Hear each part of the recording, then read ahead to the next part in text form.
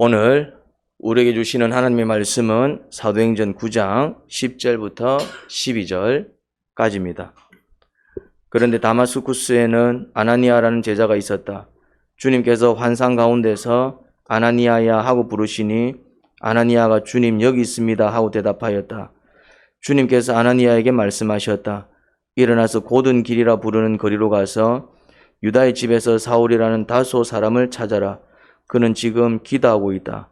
그는 환상 속에 아나니아라는 사람이 들어와서 자기에게 손을 얹어 시력을 회복시켜 주는 것을 보았다. 아멘.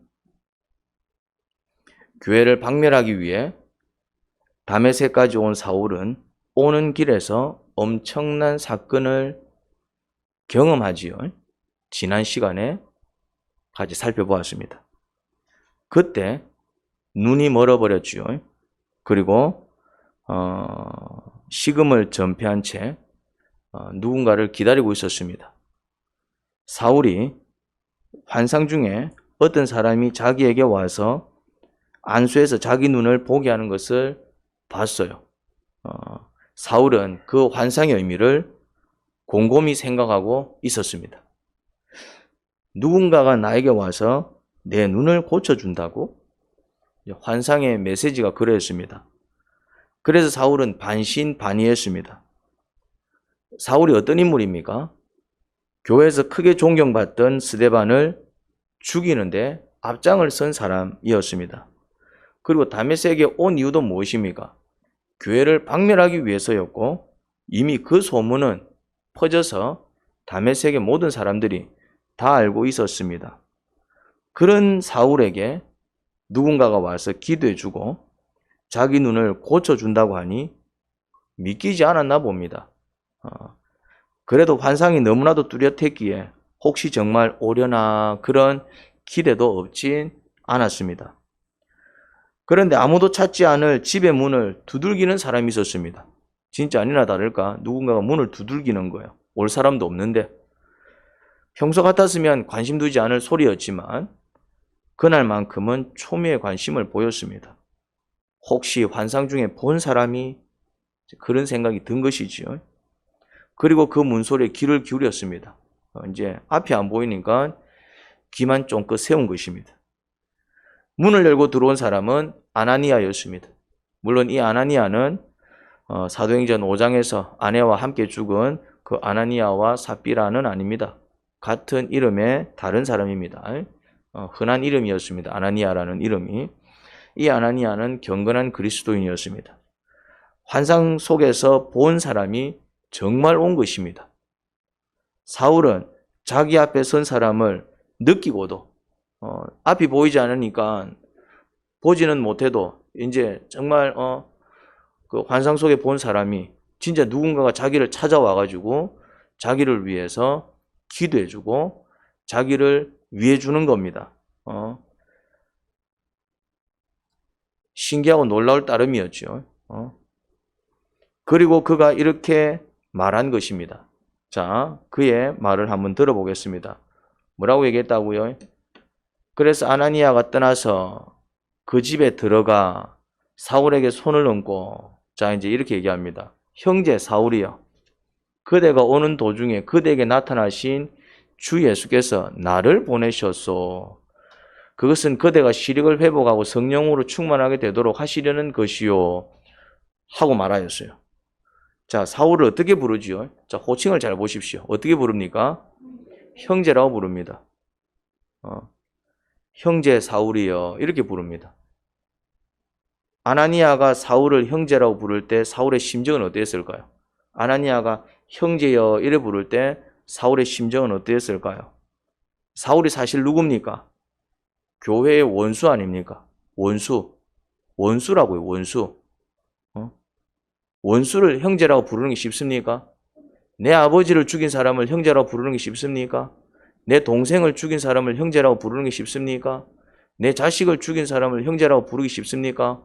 원수지요, 원수. 스데반이 누굽니까? 모든 그리스도인들한테 존경받던 성령 충만한 경건한 그리스도인이었습니다. 자기 동료를 죽인 사람이다 이 말. 교회는 동료를 형제 자매라고 생각을 해요. 가족보다 더 끈끈한 그런 우애를 자랑하는 공동체가 교회였어요. 내 사랑하는 스데반을 누가 죽였다고요?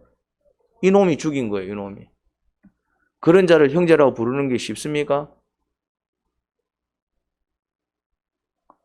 그런데 원수 같은 사람을 형제라고 불러줄 때 사울은 어떤 심정이었을까요? 오히려 꽃이다 이런 소리 들어도 할 말 없잖아요. 네 꽃이다. 네 주님 대적하고 네 내 동료 죽이더니 꽃이다. 이런 소리 들어도 사울은 할 말이 없는 입장입니다. 그런 사울한테 뭐라고 했다고요? 형제여 이렇게 부르고 있습니다. 사울은 모든 게 신기했습니다. 지금 돌아가는 상황이 모든 게 신기했습니다. 도대체 이 예수님은 누구며 이 예수님을 따르는 자들은 도대체 어떤 자들인가? 도대체 예수님이 누구며 이 예수님을 따르는 자들이 누구길래 자기한테 그러는 것인지 너무나도 궁금했습니다. 이게 지금 이해가 안 되는 상황이잖아요. 앞뒤가 안 맞는 상황이잖아요.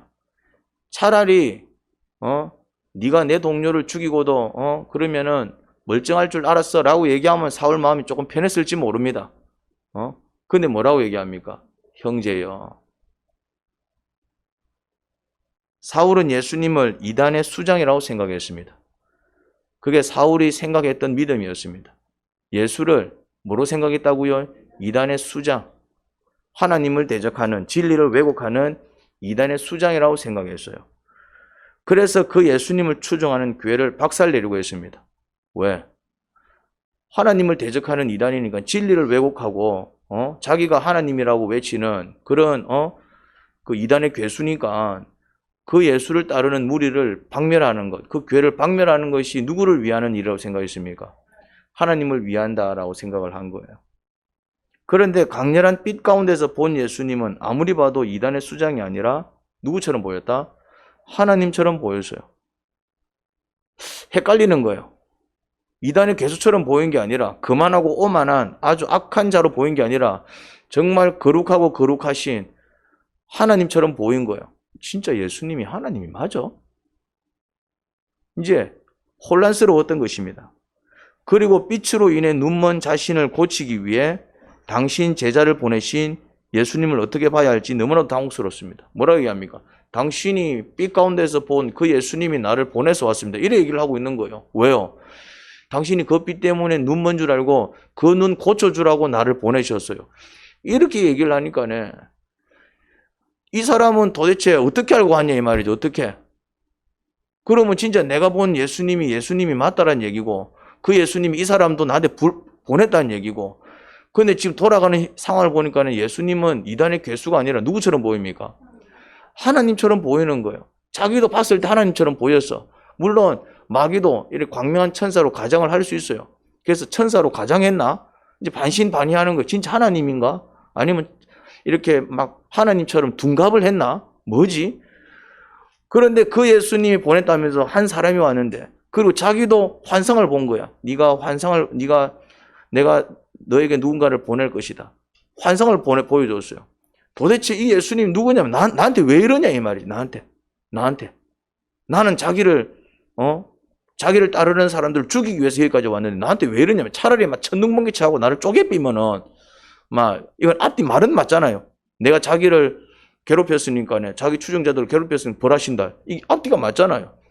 그러면 진짜 하나님이시고 정말 그런 분이라면은 내가 어쨌거나 모르고 한 것이지만은 내가 자기 추종자들을 죽이고 이랬으면은 나를 막 혼을 내고 이래야 되는데 오히려 이거는 네 눈 고쳐줄 자를 내가 보내줄게 조금만 기다리고 있어 이러고 있고 아니나 다를까 진짜 뚝 나타나갖고 뭐라고 얘기하느냐면은 네가 만났던 그 예수님이 나를 보내셨다 이래서 하고 있으니까네.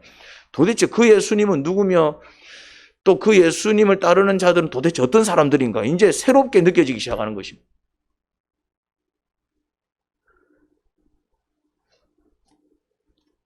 자기는 이 사람이 가장 아끼고 사랑하는 동료를 죽인 사람입니다. 어쨌거나 그런 살인마를 형제라고 불러줄 때 그 느낌은 자신을 무척 부끄럽게 만들면서 묘한 감동을 자아냈을 것입니다. 그 순간만큼은 정말 죄송하고 부끄러운 마음이 하늘을 찔렀을 것입니다. 아무리 생각해도 자신이 예수님을 잘못 알고 잘못된 처신을 한 것 같았습니다. 아무리 생각해도 이제 이쯤 되니까네 내가 예수님을 잘못한 것 같다. 이제 이런 생각이 든 거예요. 이쯤 되니까네. 내가 예수님을 잘못 알고 내가 처신을 잘못한 것 같다. 이제 이쯤 되니까 그런 생각이 안 들래야 이제 안 들 수 없었겠지요. 오히려 딱 예수님을 잘못 알고 있었던 것 같다. 이 생각이 들면서 또 바로 어떤 생각이 또 연달아 일어났겠습니까? 그가 그토록 믿고 따랐던 대제사장, 율법학자, 바리새인들이 오히려 하나님을 대적하는 자들임을 깨닫기 시작한 거예요. 이제 반대로 자기는 오히려 그들이 하나님을 섬기는 종이고 이제 예수님을 이단의 괴수로 봤는데 이 예수님이 하나님의 아들인 거야. 이제 이쯤 되니까네. 그러면은 예수님이 하나님의 아들이면은 반대로 예수님을 대적했던 그 율법학자, 대제사장, 바리새인들, 자기가 하나님의 종으로 여겼던 그들은 뭐가 되는 것입니까? 오히려 그들이 하나님을 대적한 자들임을 깨닫기 시작한 것이죠. 사울은 자신이 얼마나 헛똑똑인지 깨닫고 자괴감에 빠지고 말았습니다. 그러니까 이제 이럴 때 드는 느낌이 뭡니까? 아이고, 내가 헛똑똑이네. 그런 경험 해본 적이 없습니까? 나는 내 잘난 맛에 살았는데 알고 봤더니 내가 다 엉터리였어. 그때 어떤 말을 합니까? 아이고, 내가 헛똑똑이네. 자기는 다 자기가 생각하는 게 다 맞고 늘 옳았고 또 늘 그게 좋은 결과를 만들고 그래서 늘 자신감으로 살아왔는데 이런 지경에 이르니까네. 아이고, 내가 헛똑똑이었네. 자괴감에 빠진 거예요. 자괴감에. 그렇게 살기 등등하고 거만하고 오만하던 사울이 한순간 겸손해져 버렸어요. 아이고, 내가 헛똑똑이었네 하는 순간 그 사람은 겸손해지는 것입니다. 자기가 헛똑똑인 줄 깨닫는 은혜가 여러분들 가운데 있기를 축원합니다. 여러분, 우리가 살다 보면 하나님께서 우리를 저 바닥까지 추락시킬 때가 있어요. 살다 보면은 진짜 내 잘난 맛에 막 승승장구하며 사는데 어느 순간 하나님께서 우리를 저 바닥까지 추락시킬 때가 있습니다. 정말 부끄러워 쥐구멍이라도 찾고 싶은 상태까지 떨어질 수 있습니다. 내가 이래 살았으면 뭐하노? 정말 부끄럽네. 내가 다 옳은 줄 알았더만 내가 다 엉터리였고 아유, 내가 참 교만했네. 그렇게 정말 부끄러워서 쥐구멍이라도 찾고 싶은 상태까지 떨어질 수 있습니다. 사실은 그게 축복의 효시입니다. 할렐루야. 그게 축복의 효시입니다. 바닥으로 떨어질 때, 그래서 정말 바닥으로 떨어질 때 부끄러움을 느낄 줄 안다. 내가 헛똑똑이었네. 내가 잘난 줄 알았는데, 내가 다 맞는 줄 알았는데 그게 아니었네. 아이고, 내가 되레 참 나는 많은 이들을 위해서 정말 희생하고 헌신하며 섬기며 사는 줄 알았는데 오히려 남들이 나를 위해서 희생하고 남들이 나를 위해서 헌신했구나. 내가 헛똑똑이었네. 내가 교만 속에서 살았구나. 그렇게 깨닫고 내가 엎어질 때 그게 사실 진정 축복의 출발인 것입니다. 자기 정체를 깨달을 때, 자신이 죄인이라는 사실을 깨달을 때 그게 바로 축복의 출발입니다. 내가 정말 교만한 자였구나 깨달을 때 그게 축복의 출발입니다. 내가 진짜 못된 자였구나. 내가 좋은 사람이 아니었구나. 내가 참 좋은 사람이고 내가 억울하고 참 내가 지를 위해서 살아주고 내가 지를 위한 줄 알았는데 알고 봤더니 그가 나를 위해 준 것이었고 내가 오히려 나쁜 사람이었구나. 내가 죄인이구나 하고 깨달을 때 그게 뭐라고요? 그게 축복의 출발입니다. 여전히 자기가 살아있고 여전히 자기가 억울하고 여전히 자기가 잘났고 여전히 자기 교만 속에 사는 사람은 뭐라고요? 아직 멀었어요. 속으로 그냥 아직 멀었구나. 절에 두들겨 맞는데도 정신을 못 차리는구나. 저렇게 두들겨 맞는데도 저렇게 어려움을 당하는데도 여전히 정신 못 차리고 저렇게 자기 잘났다고 떠들어대는구나. 그런데 정말 하나님께서는 깨달을 때까지 추락시켜요. 깨달을 때까지. 그래서 저 바닥까지 딱 찍을 때 비로소 깨닫습니다. 내가 참 못난 사람이었구나. 내가 헛똑똑이었구나. 내가 죄인이었구나. 곧 사울의 눈에서 비늘 같은 것이 떨어져 나가고 이제 기도 딱 했어요. 이제 그러니까 눈에서 비늘 같은 것이 벗겨졌어요. 이런 표현을 쓰고 있습니다. 앞이 딱 안 보이던 사람이 비늘 같은 게 싹 벗겨지니까 다시 앞을 보기 시작했습니다. 여러분들 눈에서 비늘이 벗겨져야 돼요. 비늘이 벗겨져야 돼요. 보지 못했던 것을 볼 수 있는 비늘이 벗겨져야 돼요. 왜 자꾸 우리가 실수하고 우리가 교만 떠느냐? 못 봐서 그래요. 못 봐서 그래요. 안 보여서 그래요. 내가 죄인인 줄 안 보이고 내 허물이 안 보이고 그냥 다른 사람의 허물만 보이고 그 비늘이 벗겨져야 된다 이 말. 물론 이거는 진짜 눈을 가리고 있던 어떤 비늘 같은 게 벗겨져 가지고 사울이 앞을 볼 수 있게 된 사건입니다. 그런데 이게 상징적인 의미가 있습니다. 사울이 사실은 그동안 못 보며 살았어요.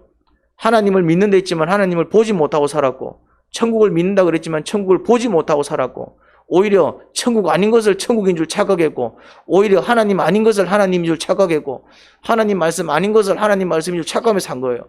이제 그 비늘이 벗겨진 거예요. 이제는 정말 예수님이 누구인지 알게 되었고 이제는 하나님이 어떤 분이신지 알게 되었고 자기 실체, 더 중요한 것은 자기 실체를 깨달은 거예요. 내가 어떤 놈인지 깨달은 거예요.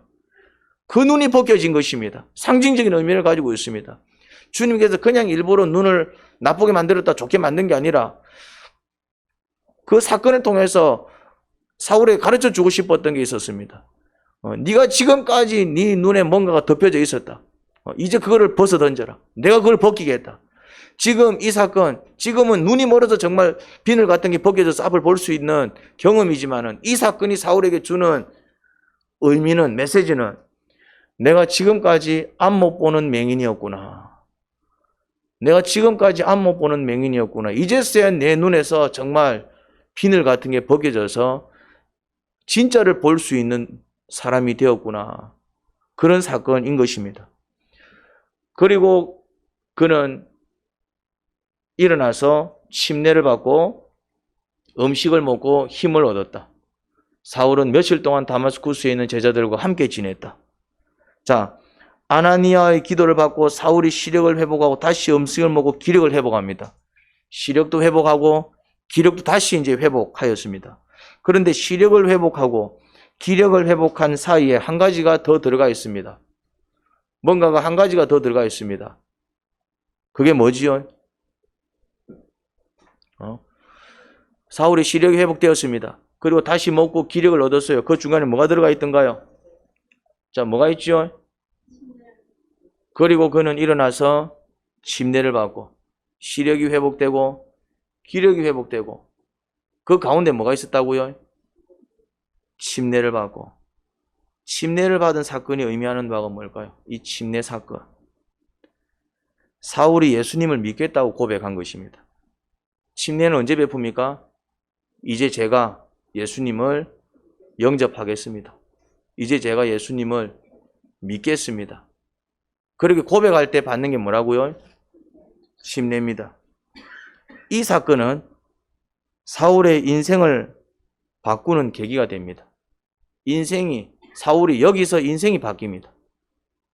예수님을 하나님으로 인정하는 것입니다.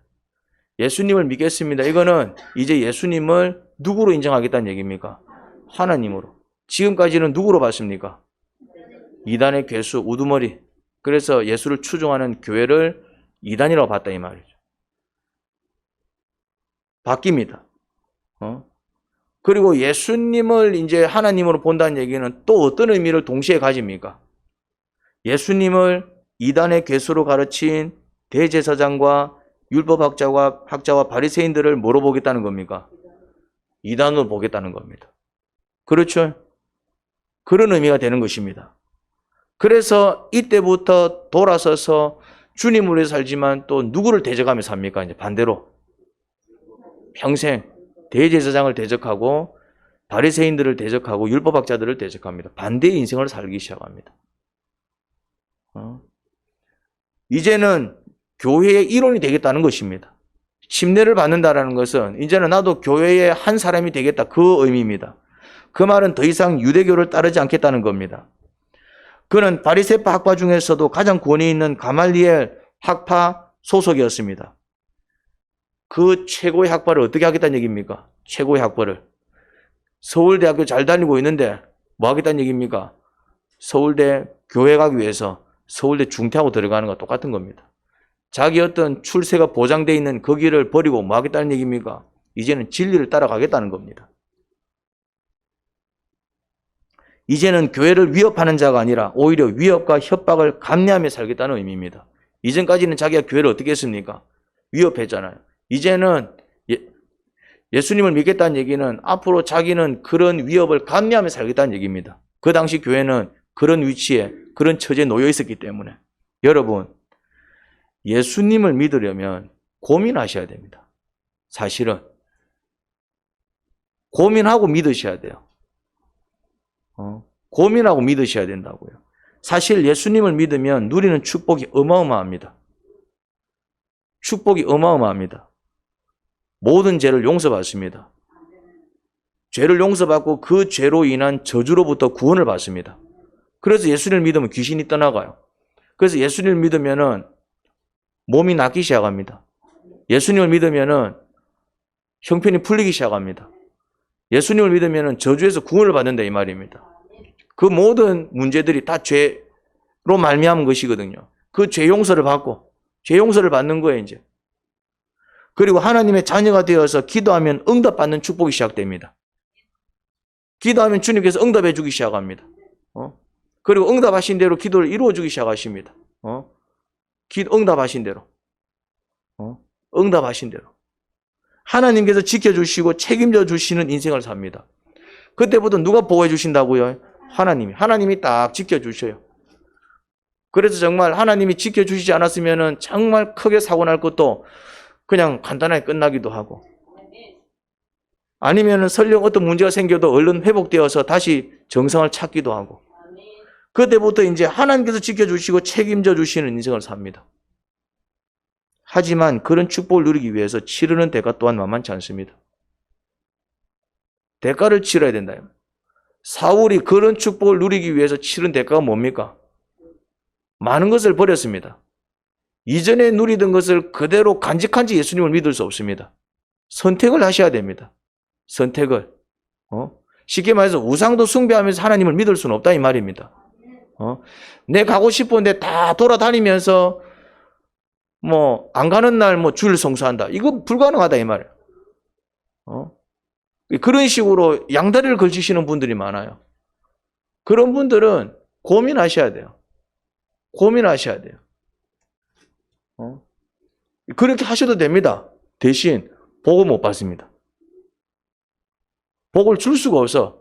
복을 받을 수 있는 약속은 되지만은 아직은 안 돼.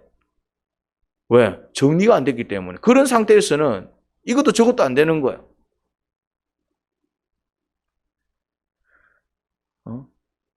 주의를 성수해야 합니다. 주님의 자녀가 되면은 내가 축복도 누리지만은 대신 주의를 성수해야 됩니다. 자, 두 사람이 결혼을 했어요. 내가 어떤 돈 많은 남자와 결혼을 했어요. 그러면 그 사람의 돈이 다 누구 거 됩니까? 내가 그 사람하고 결혼하는 순간 그 사람의 돈이 다 누구 거 됩니까? 내 거 되잖아요. 그 사람 집에서 내가 살잖아요. 그 사람 집에 살 때 내가 월세 냅니까? 남편이 부자야. 내가 시집을 갔어. 그러면 그 집에 살 때 내가 월세 내고 삽니까? 공짜로 살잖아요. 그 남편이 타고 다니는 차를 탈 때 내가 차값 냅니까? 차비를 냅니까? 공짜로 타잖아요. 내 차 타듯이. 그런데 시집 갔으면은 잠을 어디서 자야 됩니까? 당연한 거 아닙니까? 그 사람의 집은 다 누리고 그 사람의 돈은 다 누리고 그 사람의 차는 다 누리는데 잠은 옆집 아저씨하고 자요. 됩니까? 여러분들이 그렇게 신앙생활을 하고 있다니까요. 아프면은 하나님한테 고쳐달라고 기도하고 문제 생기면 해결해달라고 주님께 기도하고 힘들면은 주님께 위로 구하는데 잠은 어디서 잔다고요? 여러분들이 자고 싶을 때 잔다 이 말이에요. 여러분들이 자고 싶을 때 잔다 이 말이에요. 여러분들이 주의를 성수 안 한다 이 말이에요. 무슨 말인지 이해됩니까? 축복을 누리고 싶으면은 만약에 그 사람이 시집을 갔지만은 잠을 옆집 아저씨와 자면은 그 축복을 누릴 수 있습니까? 못 누립니까? 쫓겨납니다. 나는 니한테 시집 갔잖아. 이래 우길 수 있습니까? 그런데 그렇게 신앙생활 하시는 분들이 많다니까요. 고민하셔야 돼요. 내가 이 사람의 재력을 누리고 싶어서 시집 갔으면은 그다음부터 뭐 해야 됩니까? 이 사람하고 자야 돼요. 이 집에 들어와서. 그리고 이 집에 와서 뭐 해야 됩니까? 밥 해줘가지고 남편 먹여야 되는 거예요. 아닙니까? 내가 지금 막 억지 부리고 있습니까? 내가 지금 억지 부리고 있어요. 이게 당연한 거 아닙니까? 이렇게 안 하면 그 사람이 이상한 거 아닙니까? 우리가 신앙생활을 그렇게 한다니까요. 그렇게 신앙생활 하시는 분들이 얼마나 많은지 몰라요. 우리 교회 주일 성수는 주일 목장 연합 예배와 이건 이제 목장 연합 예배입니다. 목장들이 모여가지고 같이 모여서 연합 예배 드린다. 재송 목장, 재송 제일 목장, 재송 제일 목장, 재송 열린 모임, 재반 목장. 우리가 이제 그런 목장들이 있습니다. 목장과 열린 모임이 있습니다. 그들이 연합해서 드리는 예배입니다. 자, 한번 보세요. 재반 목장 손에 재반 목장, 재반 목장. 재송 목장, 재송 제일 목장, 재송 제일 목장, 재송 제일 목장 손 한번 들어보세요. 우리 재송 제일 목장, 재송 제2 목장, 재송 제 열린 모임, 재송 열린 모임, 이래 다 소속이 돼 있다 이 말. 그들이 다 같이 모이는 날이 다 같이 모이는 날. 그래서 주일 예배는 주일 목장 연합 예배입니다. 여기서 목장은 열린 모임을 포함한 목장 연합 예배입니다. 그리고 평일 날에는 각 목장별로 모여서 또 같이 교제하고 기도합니다. 그게 주일 성수입니다. 그게 주님을 위해서 내 시간을 주님께 드리는 날이다 이 말입니다. 나를 위해서 모이는 게 아니에요. 예배와 목장 모임은 내가 가고 싶으면 가고 가기 싫으면 안 가는 게 아니에요. 나를 위해서 드리는 게 아니에요. 주님이 나를 위해서 내가 기도하면 그 기도 들어주시고 아프면 내 몸을 치료해 주시고 그렇게 나에게 은혜를 베풀어 주시듯이 내가 주님을 위해서 내 시간을 내어드리는 것이 주일이다 이 말입니다. 그런데 보통 주일을 성수할 때 어떻게 하느냐 하면은 이렇게 합니다. 내가 가고 싶으면 가고 안 가고 싶으면 안 가고. 그렇게 신앙생활 하시는 분들이 의외로 많습니다. 정말 많아요. 제가 뭐 우리 교회를 얘기하는 게 아니라 이렇게 보면은 그 개념이 없어요. 개념이. 주님을 위한다. 진짜 주님을 믿는 게 맞나? 말은 주님을 믿는데 그게 앞뒤가 안 맞는 말이다. 주님을 믿으면은 주님을 위해서 시간을 내어드려야 되는 것 아닙니까? 그리고 지금까지 살아온 삶의 방식과 사고방식을 완전히 버리고 성경을 배워서 성경의 가르침에 순종해야 돼요. 그게 주님을 믿는 겁니다. 자기가 살아온 방식을 버려야 돼요. 시집을 가기 전에는 뭐 밤마다 막 이렇게 놀러 다니고 시집을 가기 전에는 막 외박도 하고 막 시집을 가기 전에는 장가를 가기 전에는 자기 편할 대로 살았어요. 근데 딱 장가를 갔다 시집을 갔다 그다음부터 어떻게 살아야 됩니까?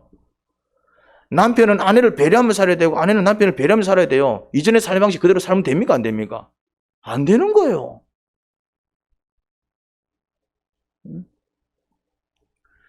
사고방식도 마찬가지입니다. 예수님을 믿겠다라는 것은 결국 주님의 말씀, 성경을 배워서 성경의 가르침에 순종하겠다라는 것입니다. 적어도 순종하기 위해서 노력하겠다라는 것입니다. 아니면은 잘 순종하지 못한 것에 대해서 반성하고 이제 회개하기 위해서 애쓰겠다라는 뜻입니다. 그거 안 하면서 사는 방식은 어떻게 살아? 여전히 자기 방식대로 사는 거예요. 그러면서 하나님이 필요할 때 하나님만을 찾는다. 이건 뭔가 문제가 있는 신앙생활이다. 그러니까 고민을 하셔야 된다니까요. 그래서 신앙생활이 반죽짜리가 되면은 약속되어 있는 복을 누리지를 못합니다. 그래서 예수님을 믿고 신앙생활을 한다 하는데도 성경에서 약속하고 있는 축복을 못 누리며 살아가고 있는 사람들이 의외로 많습니다. 무슨 말인지 이해됩니까? 사울이 침례를 받고 예수님을 믿을 때 그는 고민했어요. 내가 이제 교회 일원이 되겠다 마음 먹었을 때 이제 유대교로부터 나온 거예요. 내가 이제 주님의 종이 되겠다 마음을 먹었을 때 자기의 출세길을 포기한 겁니다. 그 두 가지를 동시에 할 수는 없습니다. 동시에 할 수는 없어요. 그래서 예수님을 믿기 위해서 예수님 믿는데 방해가 되는 것을 버리는 행동을 하지 않으면은 축복의 단계로 들어갈 수 없습니다. 축복의 단계로. 그래서 고민을 하셔야 돼요. 고민을. 내가 예수님을 믿을지 말지. 그래서 이제 예수님을 믿을 때 누릴 수 있는 축복이 얼마인지를 계산하는 거예요. 예수님 믿으면 무슨 축복 받는지를 알아야 되겠죠. 그리고 이제 그 축복을 누리기 위해서 정말 예수님을 믿기 위해서는 또 내가 어떤 손해를 보는지도 계산하셔야 돼요. 계산하셔야 된다라니까요. 이거는 내가 손해를 봐야 되겠구나. 내가 이거는 포기를 해야 되는 거구나. 예수님을 믿으려면 내가 이거는 내려놔야 되는구나. 그거를 계산을 하셔가지고 그래도 예수 믿는 게 훨씬 더 낫겠다 싶으면은 아깝지만은 그런 것들을 포기하고 예수님을 믿는 겁니다. 예수님 믿는 게 아무리 생각해도 손해볼 것 같다. 그러면은 어떻게 하면 된다? 예수님 믿기를 포기하고 여러분들이 붙들고 싶은 거 붙들면 됩니다. 그렇게 하셔야 돼요. 무슨 말인지 이해됩니까? 근데 보통 사람들의 마음은 어떻습니까? 둘 다 하고 싶어. 이게 문제야. 여기서 이제 사실 갈등이 생기는 거예요. 여기서. 천국 가고 싶다 이 말이야. 천국도 가고 싶지만은 이 땅에서도 돈 많이 벌어서 잘 먹고 잘 살고 싶은 거예요. 두 가지가 같이 갈 수 없는데. 무슨 말인지 이해됩니까? 예수님의 능력, 예수님의 은사, 막 그 예수님이 나에게 베풀어 주시는 사랑, 막 예수님의 위로, 아플 때 치료해 주시는 그 치유의 능력, 이런 건 다 받고 싶은데 뭐는 받기 싫다? 예수님 말씀은 별로 안 받고 싶어. 이 무슨 말인지 이해됩니까? 예수님 말씀과 그런 능력이 같이 오는 건데, 이게 예수님의 그 나를 치료하는 능력, 내가 또 힘든 일에 처하면은 내 힘든 문제를 해결해 주시는 그 사랑의 그 치유의 능력, 그 문제를 해결해 주시는 그 크신 전지전능하신 능력, 그거는 내가 받고 싶고, 근데 뭐는 듣기 싫고, 주님 말씀은 듣기 싫고, 그냥 막 내 사는 대로 내버려 두면 안 되나? 근데 이게 불가능하거든요. 이게. 근데 우리는 그러고 있다 이 말이에요. 그러니까 주님께서 주기 싫은 게 아니라 이걸 줘야 되나 말아야 되나 주고는 싶은데 이게 뭔가 불확실하니까요. 줄 수도 없고 안 줄 수도 없고 줄 수도 없고 안 줄 수도 없고 그러고 계신다니까요. 그래서 고민하셔야 돼요.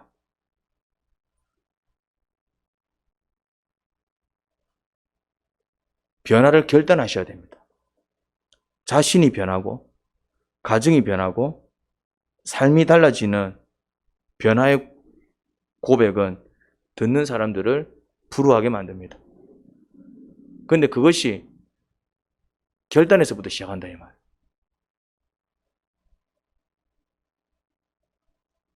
누가 그런 축복을 누린다고요? 충분히 고민하고 믿겠다 결단한 후 한결같이 그 믿음을 지키는 자들이 누립니다. 그래서 여러분들이 쉽지는 않아요. 뭐 강요하는 게 아니라 시간이 걸립니다. 지금 당장 어떻게 하라는 게 어떻게 안 될 겁니다. 이제 하나씩 찾으셔가지고 내려놓는 연습도 하셔야 되고 주께로 더 가까이 나가는 연습도 하셔야 돼요. 그래서 정말 그 축복의 엑기스를 누리셔야 된다 이 말입니다. 안 그러면은 이도 저도 아닌 그 상태 속에서 참 이러지도 못하는, 주님도 이러지도 못하고 저러지도 못하는 거예요. 축복을 주자니 아직 그릇은 안 되고, 안 주자니 안타깝고, 주자니 아직 그릇은 안 되고, 안 주자니 주님이 그러고 있다니까요. 그런 주님은 얼마나 답답하시겠어요. 주기 싫은 게 아니라 주님은 정말 이렇게 세워서 정말 이렇게 멋지고 쓰고 싶은데 주자니 그릇은 안 되고, 안 주자니 자꾸 안타깝고. 나는 어떻습니까? 나는 어때요?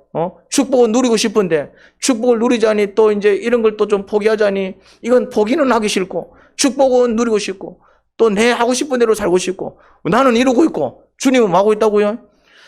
축복은 주고 싶고 주자니까 그릇은 안 되고, 안 주자니까 안타깝고.